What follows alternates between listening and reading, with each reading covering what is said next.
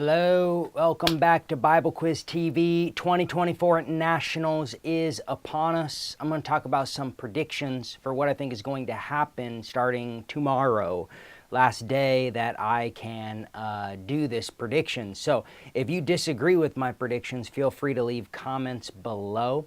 I would love to see what your thoughts are. I haven't seen a lot of these teams play, and so I'm not exactly sure where they line up as far as skill goes. So let's look at, not that page, but let's look at this page. All right, did that do that? Okay, so prelim bracket A.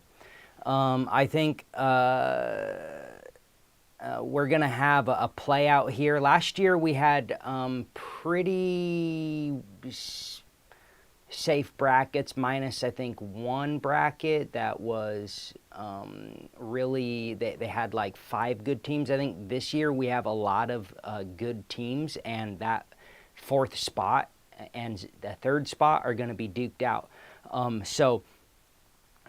This year, I think we might even see a lot of playoffs. So prelim A, I think Dublin is a shoo-in, 274 average at regionals. All of these averages that you see here on the score board right next to the team name are the regional averages, unless I labeled them otherwise. So Dublin, 274, I think they'll probably, I think they're going to be in the championship. Mechuchen is also a shoo-in, and Orlando, Florida with a 180 average. Now we have San Jose, Red Oak, which are going to be playing, I think, each other for that 4th spot. I'm going to favor San Jose because I haven't seen Red Oak play. Red Oak, even though their average is lower, they were playing at a regionals with, I think, a few more tougher teams. Then again, the San Jose regional team, they have a lot of good teams down in the Southwest as well, even though not very many. So and San Jose has been in the championship for a number of years, so I think San Jose will probably land that 4th spot, but I don't know. Ypsilanti might upset some of the rounds, and they might end up in a playoff as well. So moving down to prelim bracket B, we have a shoo-in with Colorado Springs and the Brookbanks. Oconto, Wisconsin with a 190 point average at regionals. Spokane Valley, and here's where I think prelim B is a tougher bracket than A, in the sense of there's a lot of potential teams here that are going to be playing off for the 3rd and 4th position. Spokane Valley at the Emerald City tournament had a 134 average, which had a lot of 30-pointers that were regional to slightly national level difficulty.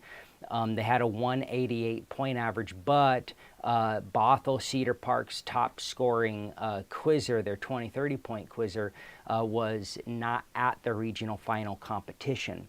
So I don't know how that would have affected Spokane Valley's final point totals with I believe it was a double round robin there. So I'm thinking their point totals might have been a little bit lower if they had played Cedar Park's top individual, so Jonathan Zuo. So, but I'm going to put Spokane Valley in 3rd and San Diego in 4th, mostly because Hyattville and Painesville, I have not seen their teams play. San Diego has been in championship for quite a number of years in a row, and Spokane Valley was a good team last year. They have a good coach, and I believe they'll probably land one of those top spots. They've been working really well, and they did a great job at the Emerald City tournament, and they improved over those 2 weeks ready for regional finals, getting a much higher point total. Okay. Prelim C bracket, we're looking at Houston, Texas, Braeswood, Precious Ladies, 194 average, and greatly beloved Marietta, Georgia with a 200, and Sparta with a 261-point average. I think those three are probably going to land in the championship division. I think the teams that are going to be duking it out, Trinity 1, they were the national champions last year with Camden and the rest of the guys on their team. They did a great job. They played a really great nationals. Their regional scores were pretty low. A lot can happen for a team. Maybe they haven't been as motivated this year. We don't know. We'll see, though, tomorrow. I would say Trinity 1 is most favorably going to land in the top 4, but as far as averages go, Wayne, New Jersey, and Germantown are in the running. So I think Prelim C is a tough bracket as well. Prelim D, you have Marietta, Georgia with a 241 average, and you have Springfield, Missouri, the Ramseys, and they had a 222 average at Emerald City tournament. So a harder tournament, lower point totals than you could expect at regionals. They did really well, and I think this is going to reflect in a very high average at nationals, even though we didn't see regional scores because the Gulf region needs to add a few more teams. We have Bothell Cedar Park. Their regional score was 128. At Emerald City, they had a 158 average. Jonathan Zuo was missing at regionals, but their 10-point quizzer, Leah Grise, broke her leg, I hear, and that might affect the quizzing significantly. I don't know. Obviously, they're hoping for the best, and after so much work, she's going to try her best to be there and to play, but that could affect the overall quizzing and concentration ability for her. Houston, Pennsylvania, Lexington, Kentucky, and Linfield, is it Massachusetts or Maine? Those three teams are definitely going to be playing for that fourth spot, and Bothell, I think, is going to be in the running. The third and fourth spot, I think, is fairly unknown, and it's going to be, we're going to have to see how it goes tomorrow. I don't think it's going to be easy to predict which of these teams will land in championship. This is a really tough bracket. 6 potential teams in the bracket, just like in C, 6 potential teams in championship, and B, 6 potential. Whereas A, I'm ranking really 5 potential, but Ypsilanti is right on the border there. So the final bracket, E, this one has Naperville, the Powells. Naperville is bringing 2 teams. Then they have Utica, and they have Trinity Black, which performed very well at regionals with a 196 average. I think those 3 are going to be shoo-ins for the championship division. Rapid City, South Dakota, the other Braeswood team, the Beewood Boys, 136. They're fast. They're going to play a good game.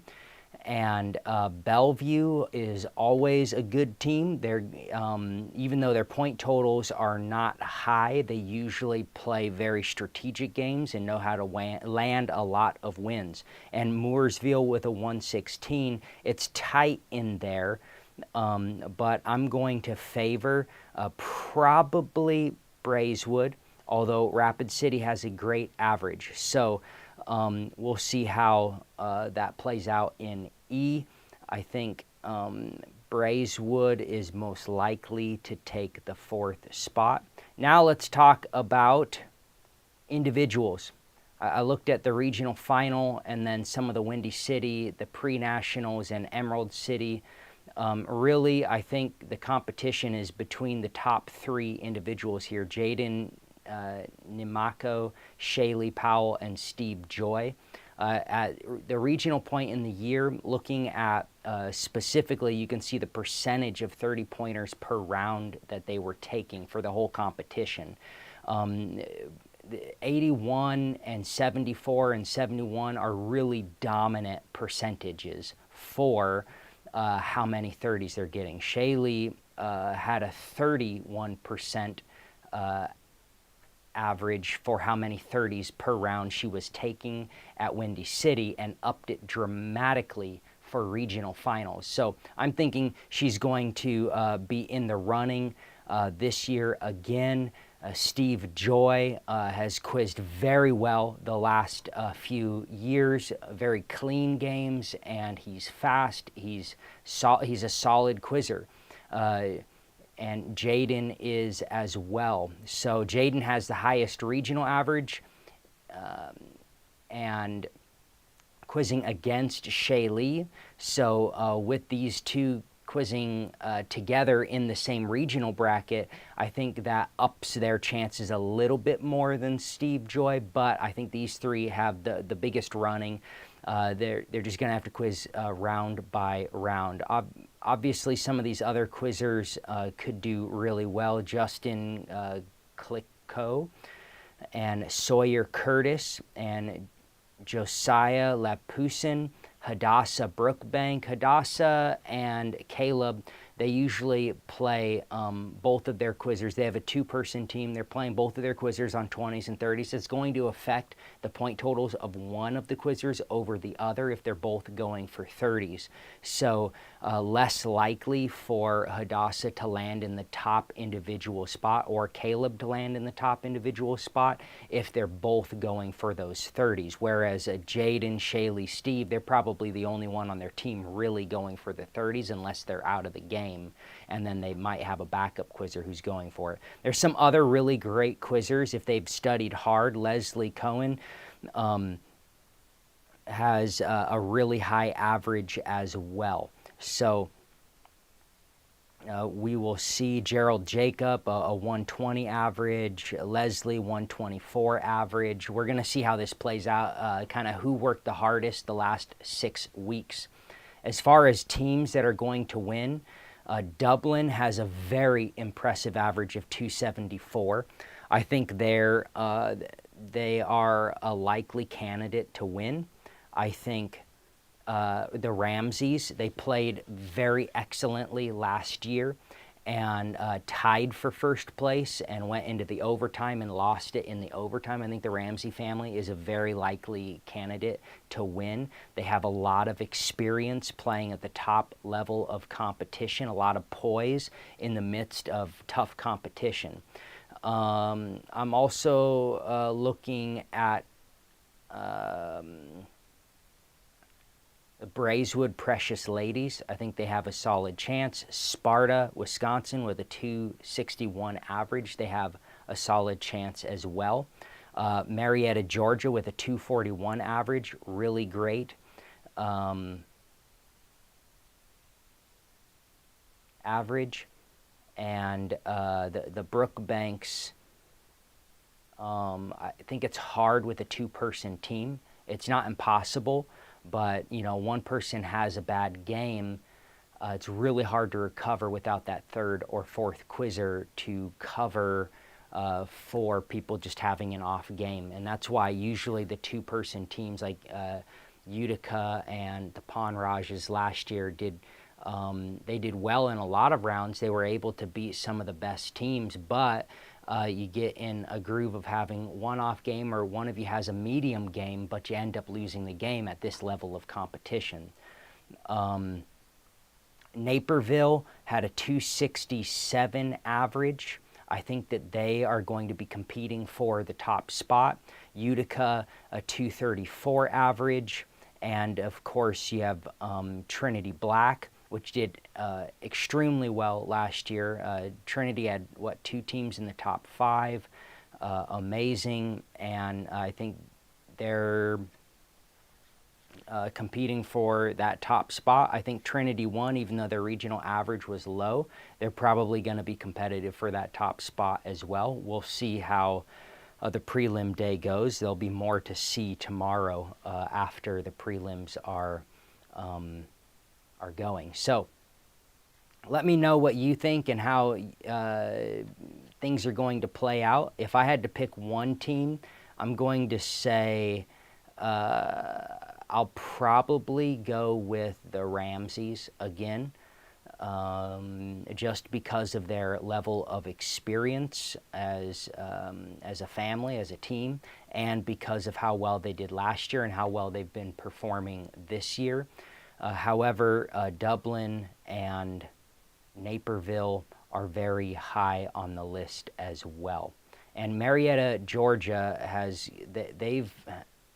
they've done very well with a lot of clean games. I'm interested to see how they play. Oh, and Sparta, but I'm gonna go with the Ramses for my top prediction. But I think that it really is open. There are so many good teams, like 5 or 6, maybe around 8, that could potentially take the national competition. And it really is going to come down to who worked really hard these last 6 weeks to make the greatest improvement, and who's going to play clean games every game for this competition. Yeah. And as far as the top individual goes, if I were to pick one person, man, Jaden's score was really impressive. 81% of the 30-pointers at regionals is extremely impressive. He wasn't at Windy City, and we don't have him at the pre-nationals or any other tournament. So we don't know exactly where he's going to land because we haven't seen him in other competitions this year. But I would say Jaden, to me, is probably going to be the candidate for number 1 that I would predict from the regional stats. He was the highest, but that 30-point dominance is very impressive, 81%. All right, guys. Well, thank you for watching. I will update tomorrow, and we will see how the prelims have gone. Until then, I will see you next time. If you haven't subscribed to the channel, please do so, and we'll see you tomorrow.